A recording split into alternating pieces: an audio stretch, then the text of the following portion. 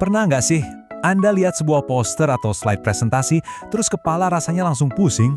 Kita semua pasti pernah. Nah, hari ini kita akan bongkar rahasianya, prinsip-prinsip di balik komunikasi visual yang efektif. Oke, kita mulai dari sini ya. Gimana rasanya lihat slide ini? Mungkin agak pusing? Gak tahu harus lihat kemana dulu? Tenang, itu bukan salah Anda kok. Ini contoh sempurna dari apa yang terjadi kalau pesan visual nggak diatur dengan baik. Pertanyaannya, gimana caranya mengubah kekacauan tadi jadi sesuatu yang jelas? Nah, itulah yang akan kita bedah bareng-bareng. Kuncinya itu sebetulnya simple. Kita cuma perlu paham bedanya antara bahan dan resep dalam sebuah desain. Coba bayangin Anda mau masak. Di satu sisi, Anda punya bahan-bahan dasarnya. Ada warna, jenis huruf, gambar, dan bentuk. Tapi kalau bahan-bahan itu cuma dilempar gitu aja ke piring, ya jadinya berantakan kan? Nah, di sisi lain, Anda butuh resepnya. Inilah prinsip desain.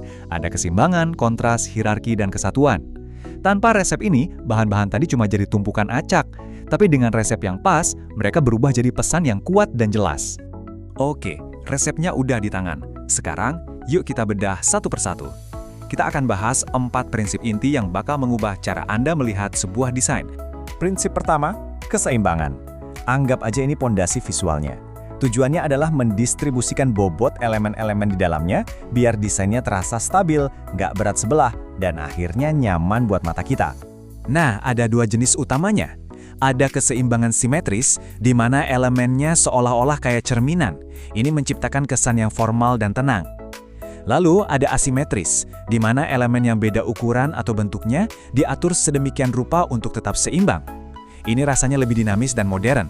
Dan ini beberapa kesalahan umum yang bikin desain terasa goyah. Misalnya, semua elemen penting numpuk di satu sisi, gambarnya kegedean sampai menenggelamkan teksnya, atau terlalu banyak detail kecil yang ngumpul di satu area aja. Lanjut, kontras. Gampangnya, ini cara sebuah desain untuk teriak, "Hey, lihat sini!" Kontras itu soal menonjolkan perbedaan antar elemen, entah itu ukuran, warna, atau bentuk, supaya ada fokusnya dan kita gampang membedakan informasi.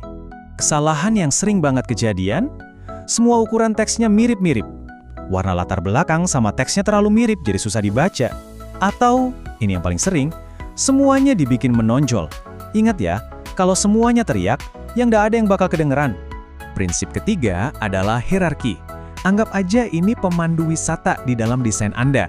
Hierarkilah yang mengatur elemen untuk nunjukin urutan kepentingannya, ngasih tahu audiens harus lihat kemana dulu, terus kemana lagi, dan seterusnya. Tanpa hierarki yang jelas, pembaca pasti bingung. Kesalahan umumnya termasuk judul yang kurang menonjol, alur bacanya nggak jelas, atau semua blok teks bobot visualnya sama, jadi kelihatannya sama penting semua. Dan yang terakhir adalah kesatuan. Ini bisa dibilang lem perekat visualnya. Kesatuan memastikan semua elemen dalam desain terasa nyambung satu sama lain dan membentuk satu keutuhan yang solid, seolah-olah mereka semua bagian dari tim yang sama. Desain yang nggak punya kesatuan itu rasanya kayak kumpulan barang acak aja. Beberapa kesalahannya, pakai jenis font kebanyakan, palet warnanya nggak konsisten, atau gaya ikon sama gambarnya dicampur aduk tanpa alasan yang jelas. Oke, teorinya cukup ya, resepnya udah kita pegang. Sekarang, bagian paling serunya nih. Ayo kita pakai resep ini buat membedah sebuah contoh nyata. Saatnya kita belajar melihat seperti seorang desainer.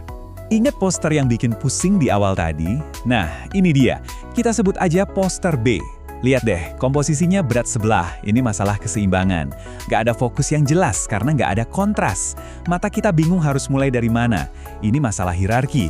Dan karena pakai 3 jenis font dan gaya yang campur aduk, kesatuannya pun berantakan. Singkatnya, ini resep jitu untuk sakit kepala visual. Sekarang, bandingkan sama versi perbaikannya, poster A. Beda banget kan? Judul yang besar langsung menciptakan kontras dan hierarki yang jelas. Elemen-elemennya diatur secara asimetris tapi tetap terasa seimbang. Penggunaan warna dan font yang konsisten menciptakan kesatuan. Dan banyaknya ruang kosong di sekelilingnya bikin seluruh pesan jadi terasa tenang dan gampang dicerna. Nah, ini baru jelas. Dan ini dia momen ahanya. Kita bisa loh membedah ini secara objektif pakai tabel diagnostik ini. Coba kita lihat. Keseimbangan, poster A stabil, poster B berat sebelah. Kontras, di poster A bagian pentingnya langsung kelihatan, sementara di poster B semuanya tampak sama. Hierarki, poster A alur bacanya jelas, poster B bikin bingung. Dan kesatuan, poster A terasa utuh, poster B campur aduk. Tuh kan, kita baru aja beralih dari sekedar rasanya lebih bagus menjadi analisis yang tajam dan terstruktur. Jadi, apa poin krusialnya dari semua ini? Memahami prinsip-prinsip ini bukan cuma buat para desainer.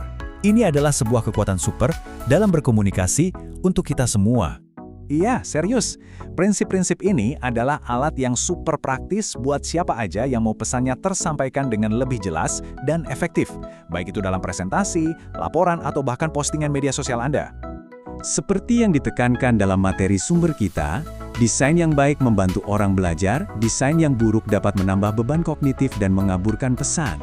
Ini pengingat yang kuat banget tentang betapa pentingnya komunikasi visual yang baik. Sekarang, Anda sudah bisa melihat kode di balik setiap desain di sekitar Anda. Jadi, pertanyaannya adalah, desain apa yang Anda lihat setiap hari yang paling ingin Anda perbaiki pertama kali?